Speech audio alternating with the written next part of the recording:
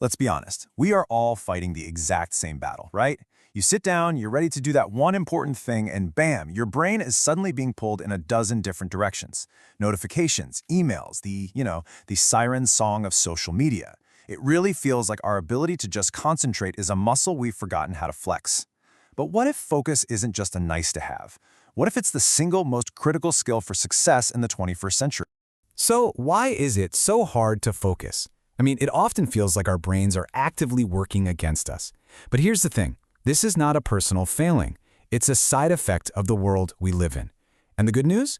Once we actually understand the science behind our distraction, we can start to reclaim our attention. So in this explainer, we're going to start by defining this superpower called deep work. And we'll look at the science of why our brains get so clogged up. Then we'll get into the practical rules and rituals to really transform your concentration. And we'll finish up by reframing attention as the key to producing work that actually matters. All right, first up, the deep work hypothesis. The key idea here is that not all work is created equal. Nope. In fact, our workday is this constant tug of war between two very, very different types of activity. So on one side, you've got deep work. This is the stuff that truly matters. Solving hard problems, writing a brilliant strategy, learning a complex new skill. It's tough, and it creates real value.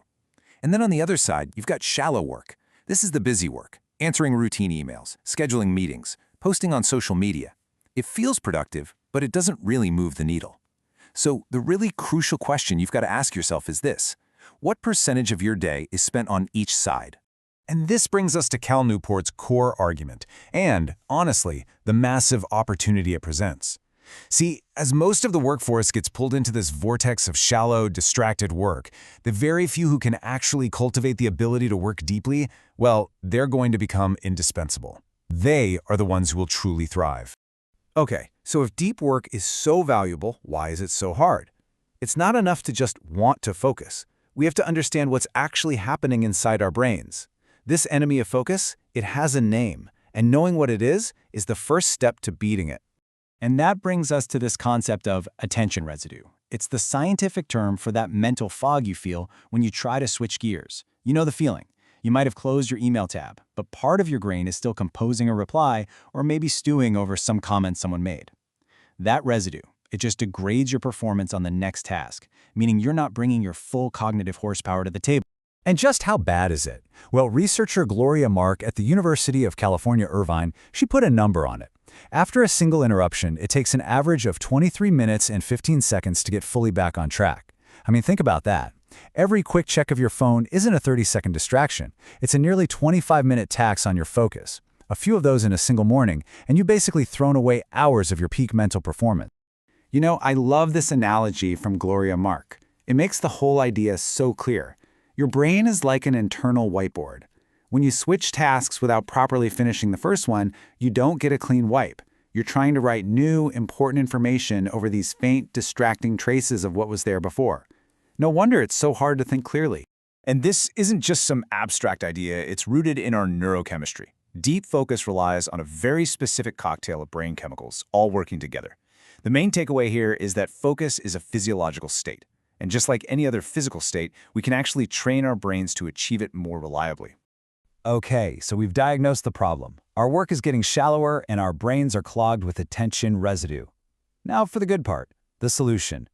Cal Newport gives us a practical, 4-part framework for making deep work the absolute core of your professional life. These are the 4 pillars. First, you have to build the capacity to work deeply through structure and rituals. Second, you must retrain your brain to be comfortable without constant stimulation. You have to learn to embrace boredom. Third, you've got to be ruthless about your digital tools. And finally, you have to systematically reduce the amount of shallow work clogging up your schedule.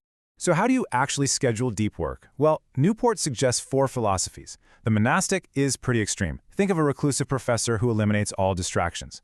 The bimodal, that's where you divide your time, maybe spending a few days a week on deep work and the rest on shallow tasks. Now, the rhythmic is the most popular. It turns deep work into a consistent daily habit, like blocking off 9 to 11 a.m. every single day. And the journalistic, that's for experts who can just drop into a deep state on a moment's notice. For most of us, the rhythmic approach is going to be the most effective place to start. All right, let's dive deeper into those first 2 rules, working deeply and embracing boredom. This is where we build the mental muscles for deep concentration. It's all about creating the right external structures and the right internal discipline. Now this is a powerful, totally counterintuitive mindset shift. See, most of us live in a state of constant distraction, and we try to schedule short breaks from it to focus. Newport says to flip that completely. Your default state should be focus. Then you intentionally schedule short, specific breaks to give in to distraction. By doing this, you're training your brain's ability to resist that constant urge for something new the rest of the time. To make deep work easier, you need to reduce the willpower it takes to actually start. And a ritual does exactly that. Before every session, have a plan. Know where you're going to work and for how long. Define the rules, like zero internet. And have everything you need, like your coffee or a snack, ready to go. This whole ritual signals to your brain, okay, it's time to go deep. And that makes the transition almost seamless. So what about that pesky attention residue we talked about earlier? Well, here is the direct antidote. When you absolutely have to switch tasks, don't just jump away. Take 30 seconds, just 30 seconds, to create a ready-to-resume plan. Just jot down where you left off and what your very next step is. This simple act gives your brain a sense of completion, helping to wipe that internal whiteboard clean so you can transition with way less residue. And now for the big one, technology. This is all about applying rules 3 and 4, quitting social media and draining the shallows, to reclaim your mental space from the tools that fragment it the most. This slide really illustrates a fundamental choice we all have. On the one hand, there's the any benefit approach. This is when we use a tool just because it offers some possible benefit, or maybe because we have a fear of missing out. The alternative is the craftsman approach. Here, you're much more strategic. You only adopt a tool if its positive impacts substantially outweigh the negative costs to your focus. It's really about shifting from a reactive to a proactive relationship with technology. And the craftsman approach is justified by the 80-20 principle. This rule basically states that in almost any area, 80% of your positive results come from just 20% of your activities. The big takeaway here is to identify that vital 20%, the key tools and critical projects, and then ruthlessly eliminate or reduce the other 80% that just clutters up your time and your attention.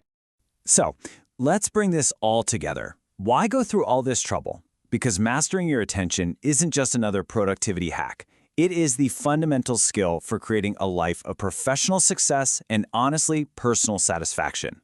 If you remember one thing from all of this, let it be this formula. High-quality work equals time spent multiplied by intensity of focus. The value you create isn't just about the hours you log. You could spend 10 hours in a scattered, shallow state and produce less than someone who spends 3 hours in pure, deep focus. To maximize your output, you have to maximize your focus. And it's so important to remember that deep work isn't just about professional output, it's about human flourishing. You know that psychological state of flow, being so absorbed in a challenge that you lose all track of time. That's one of the most rewarding human experiences there is. Deep work is a direct path to generating more of that flow in your life, leading not just to better work, but to greater happiness and satisfaction. So I'll leave you with this question. Every single day, countless forces are competing for a piece of your attention. But it is your most valuable asset. It's the raw material of your best work, your best ideas, and your best life.